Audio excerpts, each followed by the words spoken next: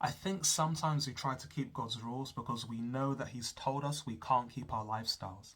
And we're trying to offset our disobedience in keeping the lifestyle with obedience in as many other areas of our life where we're willing to obey because it's more convenient for us to do so.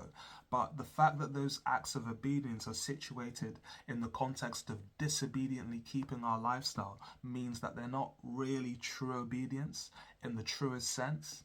And sometimes what is just convenience looks like obedience.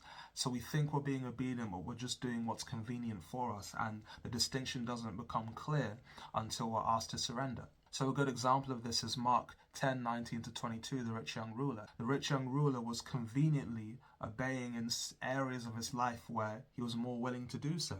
Not murder, not steal, not commit adultery, etc. But then when he found out what the task was in terms of how to get eternal life and how to have treasures in heaven, he couldn't do it. He had to give up the lifestyle. Verse 21, he had to go, sell everything he had, give his possessions to the poor.